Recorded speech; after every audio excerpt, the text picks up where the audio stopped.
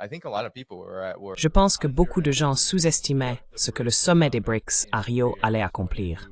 Le sommet des BRICS 2025 à Rio, au Brésil. Voici donc les mots exacts de Donald Trump. Il a été très en colère, comme l'a rapporté Politico, mais voici ce qu'il a déclaré. Le BRICS a été créé pour affaiblir notre dollar et le retirer comme référence.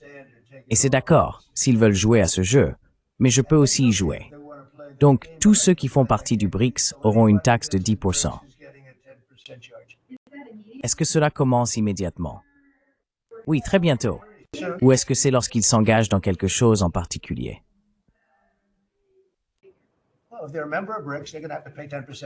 Eh bien, s'ils sont membres des BRICS, ils devront payer un tarif de 10%, rien que pour cela. Et ils ne seront pas seuls membres. Je pensais que les BRICS, vous savez, j'ai dit cela il y a environ 1 an, et cela s'est en grande partie dissous. Mais vous savez, il y en a quelques-uns qui restent. Mais je pensais que cela s'était en grande partie dissous. Les BRICS ne sont pas, à mon avis, une menace sérieuse. Mais ce qu'ils essayent de faire, c'est de détruire le dollar pour qu'un autre pays puisse prendre le relais et devenir la référence. Et nous n'allons pas perdre ce statut de référence de sitôt. Si vous avez un président intelligent, vous ne perdrez jamais ce statut. Si vous avez un président stupide comme le dernier, vous perdriez ce statut. Vous n'auriez déjà plus le dollar. Et si nous perdions le dollar comme référence mondiale, ce serait comme perdre une guerre, une grande guerre mondiale. Nous ne serions plus le même pays.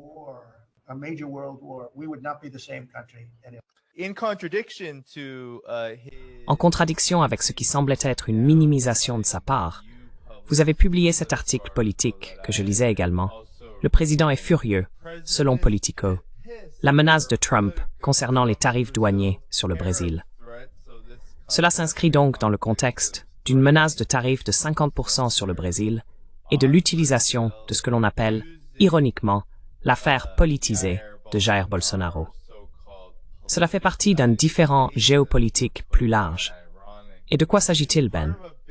Le chef de la stratégie de la Maison-Blanche affirme qu'on peut voir que le président est furieux chaque fois qu'il regarde les efforts de dédollarisation des BRICS.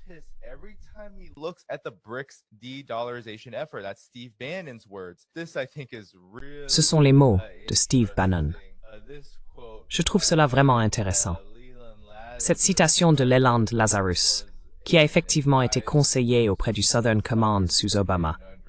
L'alignement croissant du Brésil avec la Chine sur des questions comme l'ONU, la démocratie, le commerce et d'autres sujets pourrait déclencher des signaux d'alarme dans l'entourage de Trump, en particulier parmi les conseillers qui considèrent la suprématie mondiale du dollar comme un pilier de la puissance américaine. C'est pourquoi il a également menacé tous les membres des BRICS d'un tarif douanier de 10%, en essayant de décourager l'adhésion de nouveaux membres comme l'Égypte, l'Éthiopie et l'Indonésie.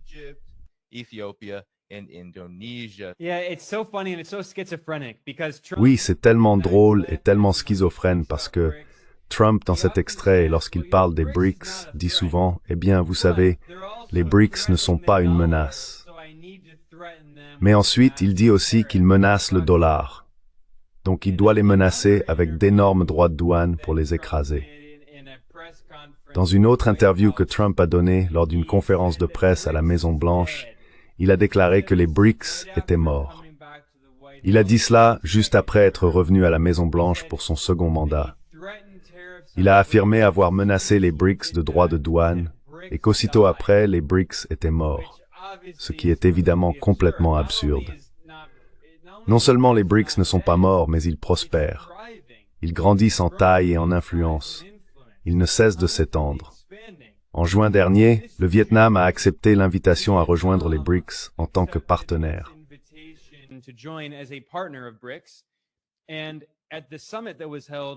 Au sommet qui s'est tenu en juillet dernier à Rio de Janeiro, au Brésil, ce fut un sommet très réussi.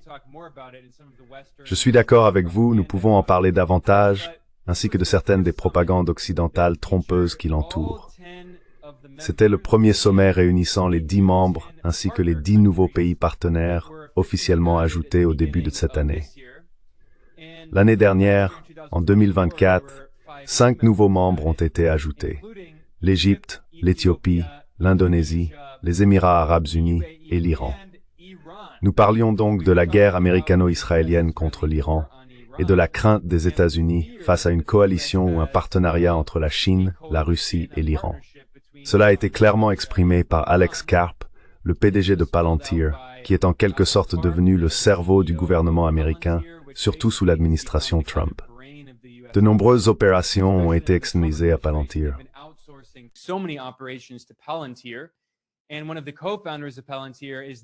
Et l'un des cofondateurs de Palantir est le milliardaire oligarque d'extrême droite Peter Thiel, qui a employé le vice-président J.D. Vance. C'était le seul véritable emploi que J.D. Vance a eu après avoir fréquenté la faculté de droit de Yale. Il a travaillé pour ce milliardaire oligarque d'extrême droite de la Silicon Valley, qui affirme très clairement qu'il ne soutient pas la démocratie.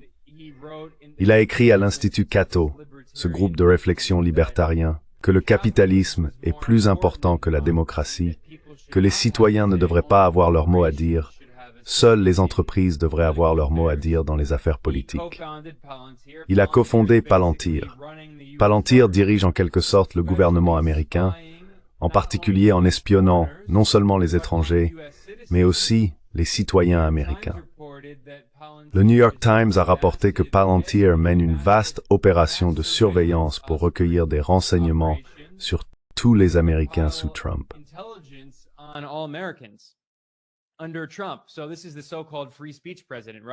Donc, c'est ça, le soi-disant président de la liberté d'expression, n'est-ce pas? Quoi qu'il en soit, le PDG de Palantir, Alex Karp, a déclaré que les États-Unis se préparent à la guerre contre la Chine, la Russie et l'Iran. L'ancien stratège impérial américain, feu Zbigniew Brzezinski, qui est aujourd'hui décédé, a auparavant été conseiller à la sécurité nationale sous Jimmy Carter. Un criminel de guerre endurci qui a supervisé la guerre par procuration des États-Unis contre l'Union soviétique en Afghanistan. Dans cette guerre, les États-Unis ont soutenu les Moudjahidines, qui sont ensuite devenus Al-Qaïda et les talibans, y compris Oussama Ben Laden, qui était le chef des Moudjahidines arabes. Collectant des fonds pour les escadrons de la mort soutenus par la CIA afin de combattre le gouvernement socialiste afghan et l'Union soviétique dans les années 1980.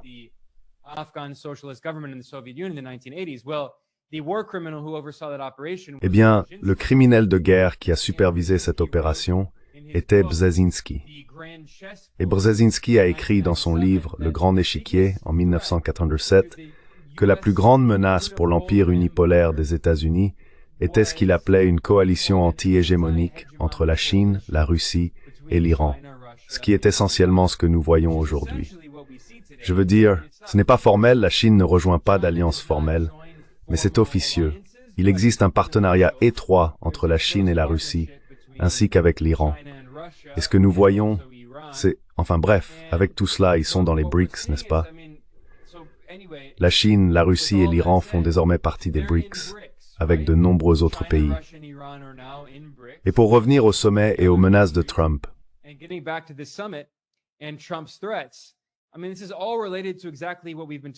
je veux dire, tout cela est directement lié à ce dont nous parlons concernant les États-Unis et Israël, menant une guerre contre l'Iran, la guerre par procuration des États-Unis contre la Russie en Ukraine, utilisant l'Ukraine comme un bélier contre la Russie. Cela fait partie de la même stratégie visant à maintenir la domination impériale mondiale des États-Unis, une domination unipolaire. Et bien sûr, nous vivons dans un monde de plus en plus multipolaire.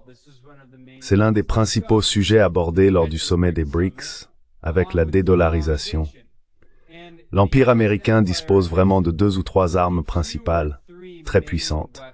D'abord, il possède une grande armée, mais nous avons vu que la puissance de cette armée est probablement surestimée parce que oui, les États-Unis dépensent désormais 1000 milliards de dollars.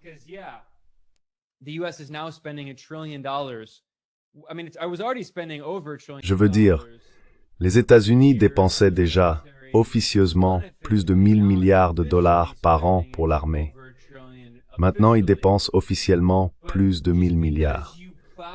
Mais ce n'est pas parce qu'on injecte de l'argent dans quelque chose qu'on investit réellement cet argent de manière judicieuse. On a vu que l'armée américaine a perdu pratiquement toutes les guerres qu'elle a menées depuis la Seconde Guerre mondiale, même dans un pays comme l'Irak, qui est un pays relativement petit. Et maintenant, on voit que les États-Unis sont en train de perdre la guerre en Ukraine. C'est pratiquement déjà perdu. Et ils parlent de faire la guerre à la Chine. Franchement, vous vous moquez de moi?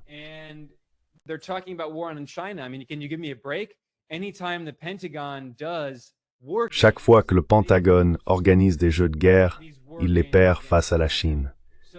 Donc je pense que la puissance de l'armée américaine est surestimée. Je veux dire, elle peut intimider et détruire de petits pays, comme lorsqu'elle a envahi le Panama et la Grenade. Elle a détruit l'Irak. Elle a détruit la Libye. Mais lorsqu'elle se retrouve face à des concurrents stratégiques de même niveau, comme la Russie et la Chine, elle ne peut pas gagner. Donc je pense que c'est exagéré. Une autre arme dont on pourrait discuter, c'est que les États-Unis disposent d'un appareil de propagande médiatique très puissant qu'ils peuvent utiliser pour diffuser leur propagande dans le monde entier.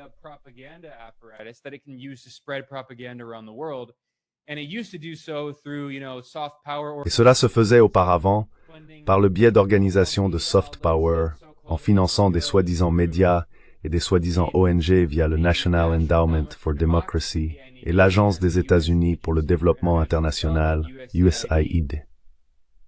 Mais même ces soi-disant ONG, dans de nombreux pays comme la Russie et certainement en Chine et ailleurs, ont été réprimés.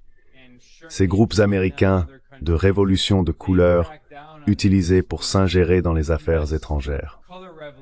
Les États-Unis disposent donc toujours d'institutions de propagande très puissantes. Vous savez, les médias qui ne sont pas vraiment là pour informer les gens, ils servent à fabriquer le consentement pour les guerres d'agression américaines.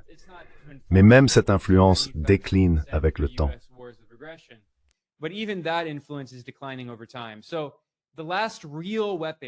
Ainsi, la dernière véritable arme, une arme très puissante que possède l'Empire américain, c'est le dollar.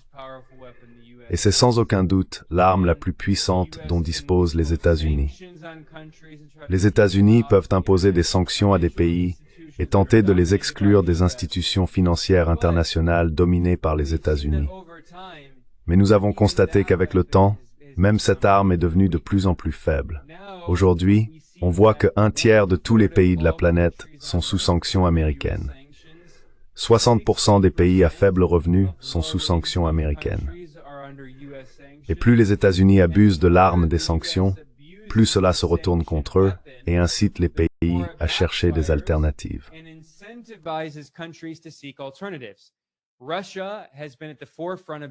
La Russie est à l'avant-garde de la dédollarisation. La Chine a rejoint les efforts de dédollarisation. Elles disposent toutes deux de leurs propres alternatives au système de messagerie interbancaire SWIFT, qui est contrôlé par les États-Unis.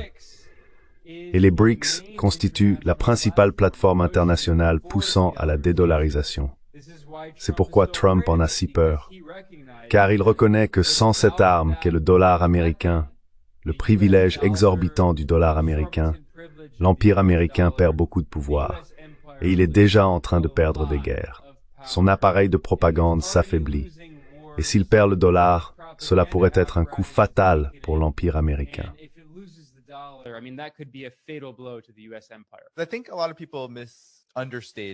Je pense que beaucoup de gens ont mal compris et mal interprété l'importance de ce sommet. Nous avons vu Lula da Silva, bien sûr, le s'est tenu cette année au Brésil, et il en était le président, et il a eu des propos très marquants. Mais Donald Trump a déclaré que les BRICS et les pays en développement ne cherchent pas un empereur en ce moment. Je suis donc curieux de savoir ce que vous avez perçu comme étant l'importance de cela, en lien avec ces démarches vers la dédollarisation. Car tout le monde disait, de Dilma Rousseff, présidente de la NDB, la nouvelle banque de développement, à Lula lui-même, en passant par Lavrov. Tout le monde disait que cela prendrait du temps, mais tout le monde en parlait.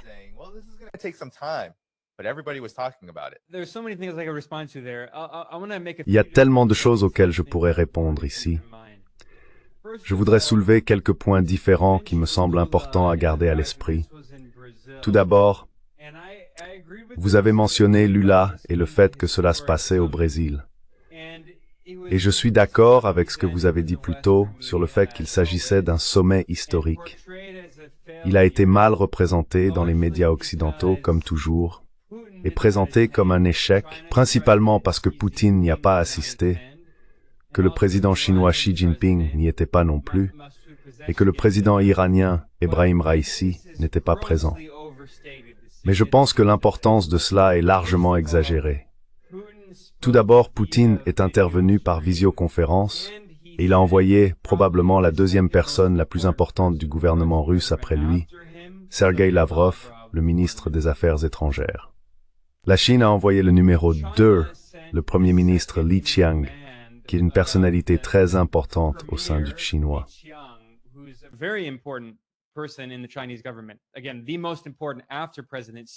Encore une fois, le plus important après le président Xi. Et puis, oui, le président iranien Raïssi n'a pas assisté parce qu'il se prépare à une éventuelle nouvelle guerre que les États-Unis et Israël s'apprêtent à mener contre lui. Nous en avons déjà parlé. Je veux dire, il craint que s'il quittait l'Iran, les États-Unis et Israël ne relancent la guerre. Et alors, vous savez, ils n'auraient pas leur commandant en chef dans le pays pendant qu'ils mènent une guerre. Il craignait aussi d'être assassiné pendant ses déplacements. Donc, oui, évidemment, comme je l'ai dit, la guerre américano-israélienne contre l'Iran n'est pas terminée. Elle a été suspendue, mais elle n'est pas finie. Donc, bien sûr, il n'a pas assisté. Mais bon, en réalité, Poutine non plus n'a pas assisté au sommet des BRICS en 2023, ce qui est aussi historique.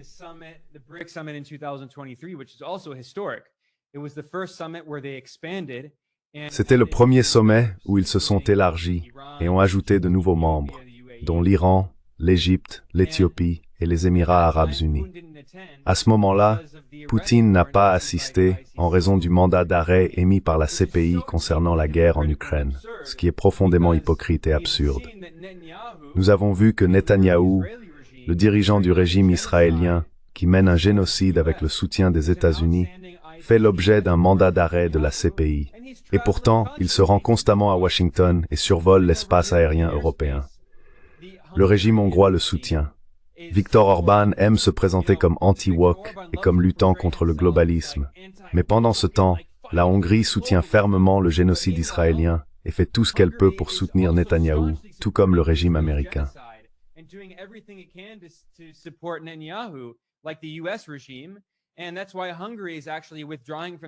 Et c'est pourquoi la Hongrie se retire en fait de la CPI par solidarité avec le génocide israélien, parce qu'elle fait tout ce qu'elle peut pour soutenir le génocide israélien.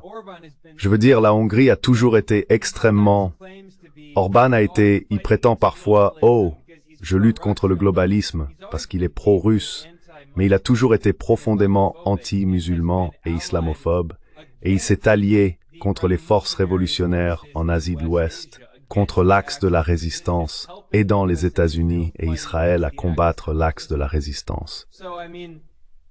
Donc je veux dire, il y a tellement d'hypocrisie.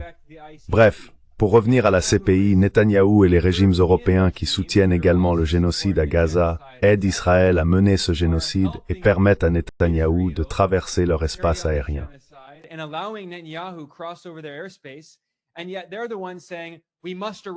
Et pourtant, ce sont eux qui disent que nous devons arrêter Poutine. Nous devons arrêter Poutine à cause du mandat d'arrêt de la CPI. Cela montre donc pourquoi ces institutions internationales ont été détruites par tous ces régimes occidentaux qui parlent d'un ordre international fondé sur des règles, mais qui ne respectent pas les règles quand cela les arrange. Ils déchirent les règles quand elles ne leur plaisent pas, quand ces règles ne leur conviennent pas. Alors ils disent « Oh, la CPI ne devrait concerner que les pays du Sud global et la Russie ». D'ailleurs, cela a été déclaré par l'ancien ministre des Affaires étrangères de facto de l'UE, Josep Borrell. Et il y a des rapports selon lesquels cela aurait également été affirmé par d'autres personnalités, d'autres hauts responsables de ces régimes européens. Karim Khan, qui est le procureur de la CPI, a accordé une interview à CNN dans laquelle il a déclaré que des responsables de régimes européens lui avaient dit que la CPI était uniquement destinée au tiers-monde, comme ils l'ont formulé pour les pays africains. C'est-à-dire, c'est la mentalité raciste et colonialiste de ces régimes occidentaux. Ils parlent d'un ordre international fondé sur des règles. Ils ne croient pas aux règles. Ils pensent que Poutine devrait être arrêté, mais que Netanyahou devrait recevoir le prix Nobel de la paix pour avoir commis un génocide. C'est délirant. Bref, pour revenir aux BRICS, et je digresse ici, mais c'est lié.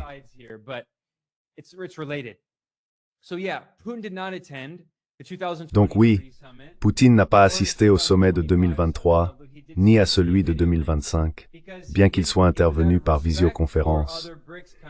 Il n'y est pas allé par respect pour les autres pays hôtes des BRICS, l'Afrique du Sud en 2023, le Brésil en 2025, car ces pays sont partis au statut de la CPI, et il ne voulait pas les placer dans une situation diplomatique délicate. Cependant, le fait qu'il n'ait pas assisté n'est pas si important. De plus, je pense en réalité que le fait que le président Xi n'ait pas assisté est aussi significatif, mais pas dans le sens que prétend la propagande occidentale, qui affirme que la Chine serait en conflit au sein des BRICS. Ce n'est pas ce qui se passe.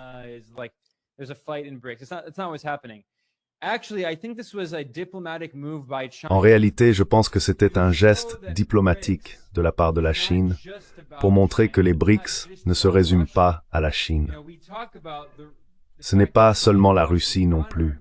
Vous savez, on parle souvent du fait que la Chine, la Russie et l'Iran font partie des BRICS, mais il y a désormais 20 pays impliqués dans les BRICS, 10 membres et 10 partenaires. Le fait que le Brésil ait accueilli cet événement, qu'il ait invité d'autres pays d'Amérique latine, y compris le Mexique, qui a été convié en tant qu'observateur, même s'il ne fait pas partie des BRICS, était très important et symbolique. La Chine a montré en n'envoyant pas le président Xi que ce n'est pas une question de Chine, mais bien une question du Sud global.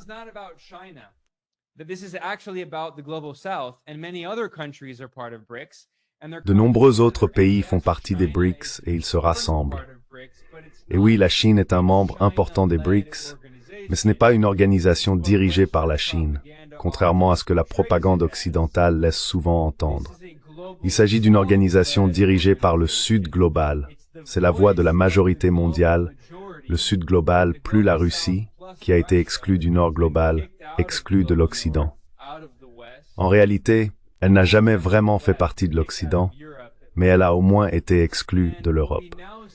Et ce que l'on constate aujourd'hui, c'est que l'influence des BRICS grandit et qu'il y a de plus en plus une vision cohérente. Et Lula a exposé cette vision lors du sommet des BRICS.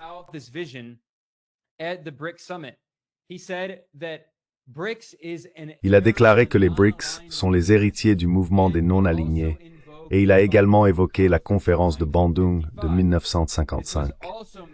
Cela a également été mentionné par le Premier ministre malaisien Anwar Ibrahim et la Malaisie a désormais rejoint les BRICS en tant que pays partenaire.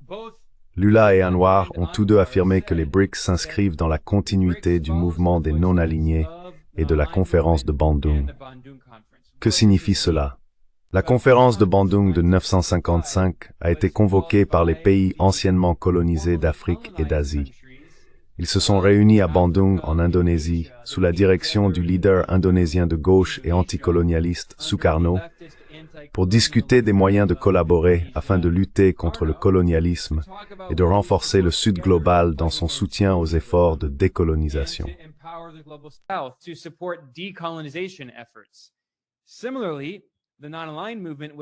De même, le mouvement des non-alignés a été fondé dans les années 1960 par des pays anciennement colonisés, presque tous dotés de gouvernements socialistes. Les fondateurs initiaux du mouvement des non-alignés ont déclaré qu'ils refusaient de s'aligner sur l'impérialisme américain lors de la Première Guerre froide contre l'Union soviétique et d'autres pays socialistes. Aujourd'hui, les BRICS reprennent ce flambeau anticolonial.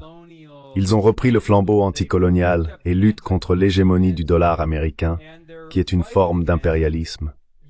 Ils luttent contre l'impérialisme occidental, Et il ne s'agit pas seulement de la Chine, de la Russie et de l'Iran. C'est un groupe plus large qui ne cesse de grandir.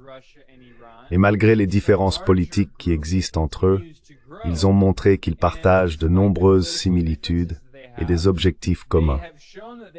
Nous pouvons d'ailleurs en évoquer certains.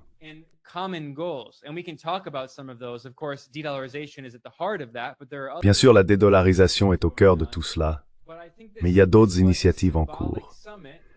Mais je pense que ce sommet était symbolique parce qu'il ne concernait pas seulement la Chine.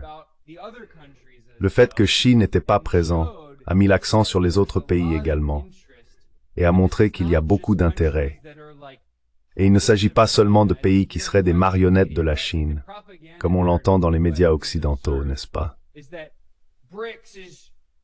Le récit de propagande en Occident, qui est absurde, prétend que les BRICS sont la tentative de l'Empire chinois de créer sa propre organisation pour dominer le monde.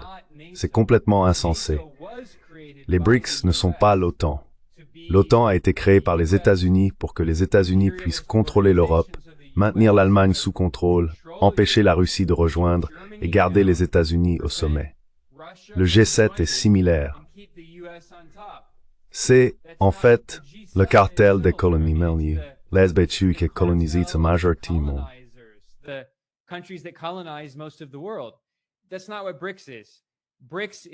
Ce n'est pas ce qu'est le BRICS. Le BRICS est une organisation anti-hégémonique, composée de la majorité mondiale, qui lutte pour un monde plus multipolaire, un monde véritablement démocratique qui n'est pas dominé par les puissances coloniales occidentales. On ne peut pas parler de démocratie lorsque les puissances coloniales dominent toutes les soi-disant organisations multilatérales internationales dans lesquelles les États-Unis disposent d'un droit de veto. Les États-Unis ont un droit de veto au Conseil de sécurité de l'ONU qu'ils abusent constamment. Les États-Unis ont un droit de veto au FMI. Les États-Unis ont un droit de veto à la Banque mondiale. Les États-Unis ont un droit de veto à l'OMC et ont saboté l'OMC avec ce droit de veto. Le BRICS essaie de créer un nouvel ordre mondial réellement démocratique, contrairement à la dictature mondiale des États-Unis que nous avons connue pendant l'ère unipolaire des années 1990.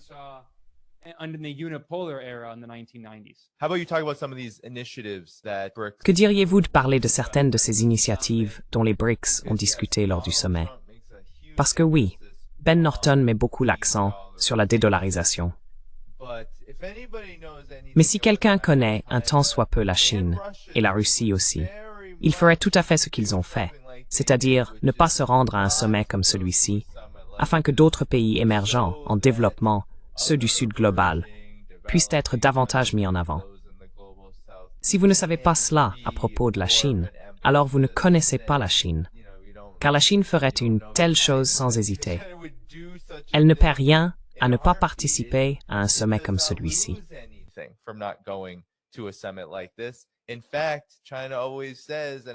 En fait, la Chine affirme toujours, et je pense que c'est ce qui distingue le monde multipolaire actuel de toute autre période de l'histoire, qu'il y a une telle insistance sur la souveraineté que cela influence réellement la manière dont ces pays coopèrent. Il s'agit vraiment de valoriser tout le monde, dans la mesure où ces pays travaillent ensemble sur une base très mutuelle, en fait sur une base aussi égalitaire que possible. Je pense que c'est vraiment au cœur de ce qui fait que les BRICS représentent une telle menace pour Donald Trump et bien sûr pour le reste de l'élite américaine.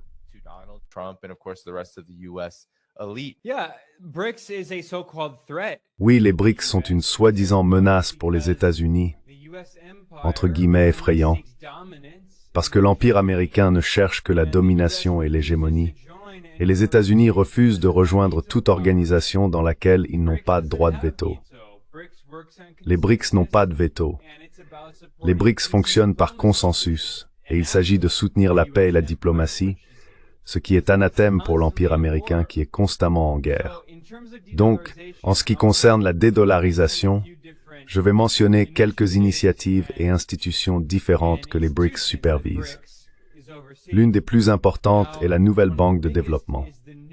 Celle-ci a été créée comme une alternative à la Banque mondiale, dans laquelle les États-Unis disposent d'un droit de veto.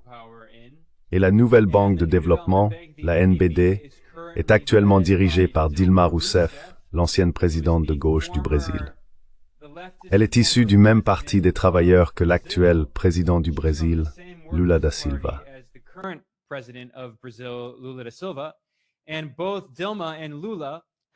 Et Dilma comme Lula ont tous deux été victimes de lawfare, une guerre judiciaire, parrainée par les États-Unis, des coups d'État judiciaires soutenus par les États-Unis contre eux. Dilma a été destituée sur la base d'accusations totalement fallacieuses par des groupes soutenus par les États-Unis, et le département de la justice américain a été profondément impliqué dans toute cette mascarade, comme l'opération Lava Jato. Ensuite, Lula a été emprisonné, ce qui a permis à Bolsonaro de remporter l'élection, car Lula a été incarcéré sur la base de fausses accusations.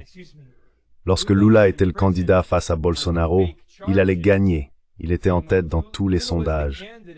Il a été emprisonné pour de fausses accusations de corruption, puis les États-Unis ont soutenu cette opération de lawfare, ce qui a contribué à mettre Bolsonaro au pouvoir. Et bien sûr, Bolsonaro était un pantin obéissant des États-Unis.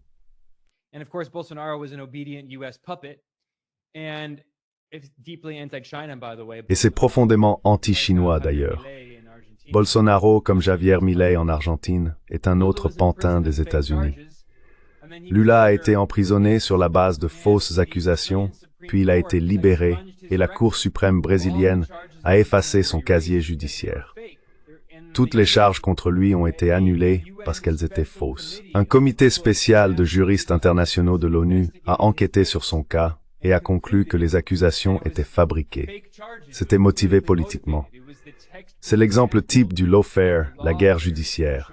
Et maintenant, dans un exemple insensé d'ironie, Trump affirme hypocritement que Bolsonaro serait soi-disant victime de lawfare. C'est tout le contraire de la vérité. Bolsonaro a tenté de mener un coup d'État militaire après la victoire de Lula à l'élection.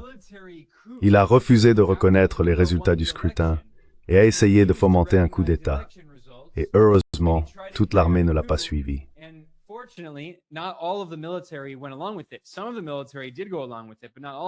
Une partie de l'armée a suivi, mais pas tous. C'est pourquoi le coup d'État a échoué, et c'est pourquoi il fait face à des conséquences juridiques. On ne peut pas tenter un coup d'État raté et ne pas s'attendre à des conséquences judiciaires. La dernière fois que j'ai vérifié dans tous les pays du monde, si vous tentez un coup d'État et que vous échouez, vous allez en prison, voire pire. Bolsonaro devrait donc s'estimer chanceux de bénéficier du procès très équitable auquel il fait face, car dans beaucoup de pays, il serait exécuté. Voilà pourquoi Trump menace d'imposer des droits de douane de 50% au Brésil, dans un acte flagrant d'impérialisme, d'ingérence dans les affaires souveraines internes du Brésil.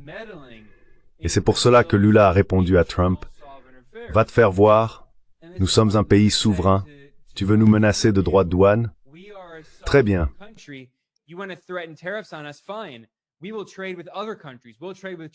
Nous commercerons avec d'autres pays, nous commercerons avec la Chine et les pays des BRICS.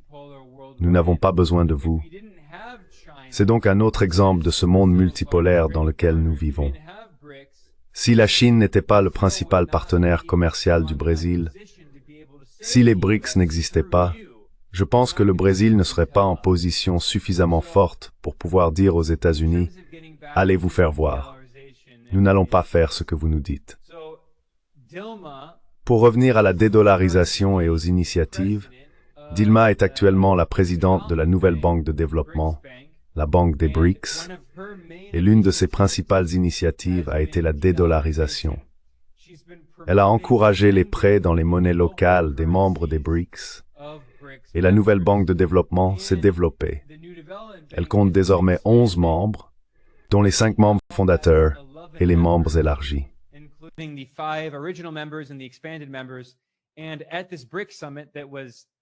Lors de ce sommet des BRICS qui s'est tenu au Brésil, 2 nouveaux membres ont été ajoutés, l'Ouzbékistan et la Colombie. Désormais, l'adhésion de la Colombie à la Banque des BRICS est très historique, car la Colombie a été historiquement l'un des régimes clients des États-Unis les plus dociles au monde. C'est pourquoi l'ancien président révolutionnaire du Venezuela, Hugo Chavez, a surnommé la Colombie l'Israël de l'Amérique latine. Un pays qui obéissait docilement à toutes les volontés des États-Unis. Elle était un porte-avions insubmersible pour l'Empire américain en Amérique du Sud, tout comme Israël l'est pour l'Empire américain en Asie de l'Ouest. Or, la Colombie a désormais son tout premier président de gauche élu démocratiquement, Gustavo Petro, qui a adopté une politique étrangère non alignée. Il a soutenu les BRICS et a rejoint la nouvelle banque de développement.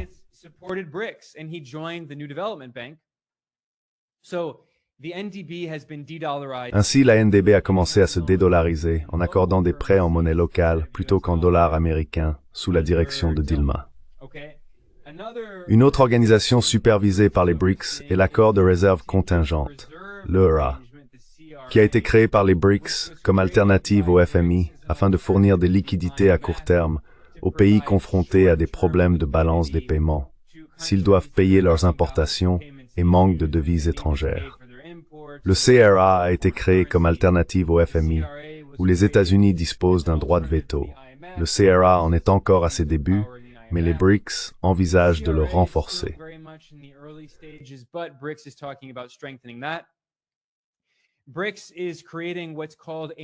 Les BRICS créent ce qu'on appelle une nouvelle plateforme d'investissement, la NIP, qui offrira des opportunités d'investissement alternatives aux pays des BRICS, en particulier à ceux qui disposent d'importants excédents courants, de grands excédents commerciaux, comme la Chine, par exemple. Ils souhaitent placer l'excédent de devises étrangères qu'ils détiennent grâce à leurs exportations. L'un des moyens d'y parvenir est d'acheter des actifs étrangers. Historiquement, ils ont beaucoup investi dans les bons du Trésor américain, mais ils cherchent désormais des alternatives. Ainsi, cette nouvelle plateforme d'investissement des BRICS vise à permettre à la Chine et à d'autres pays d'investir dans des actifs non libellés en dollars américains.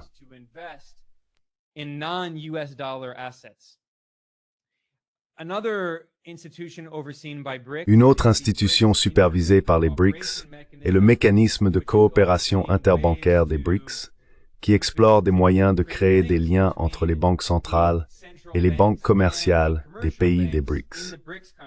Cela fonctionne en lien avec une autre initiative des BRICS, l'initiative de paiement transfrontalier des BRICS, ainsi que le groupe de travail sur les paiements des BRICS, qui cherche des moyens de relier les banques de ces différents pays des BRICS afin qu'elles n'aient pas besoin de passer par le système de messagerie interbancaire SWIFT, contrôlé par les États-Unis.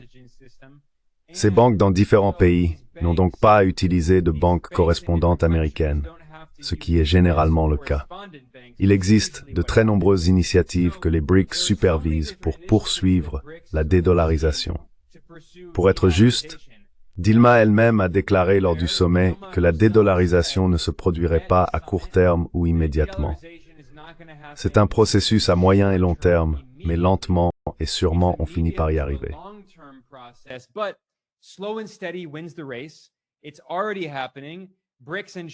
C'est déjà en cours. Les BRICS et la Chine ont signé des accords pour dédollariser leur commerce, pour échanger entre eux dans leur monnaie locale. La Russie et la Chine, la Russie et l'Iran, la Chine et l'Iran, la Russie et l'Inde, ils ont tous des accords. De plus, les pays de l'ASEAN en Asie du Sud-Est ont des accords pour commercer dans leur monnaie locale. Donc il y a beaucoup de progrès. C'est déjà en train de se faire. Ce n'est pas seulement hypothétique, c'est déjà en marche, la dédollarisation du commerce au sein des BRICS. Donc même s'ils n'ont pas de nouvelle monnaie mondiale, ce dont Lula parle, il veut créer une nouvelle monnaie de réserve mondiale pour concurrencer le dollar. Ça sera un processus plutôt à moyen ou long terme. À court terme, les BRICS dédollarisent le commerce. Les investissements et les flux de capitaux entre les différents pays des BRICS et utilisent leur monnaie locale au lieu du dollar américain.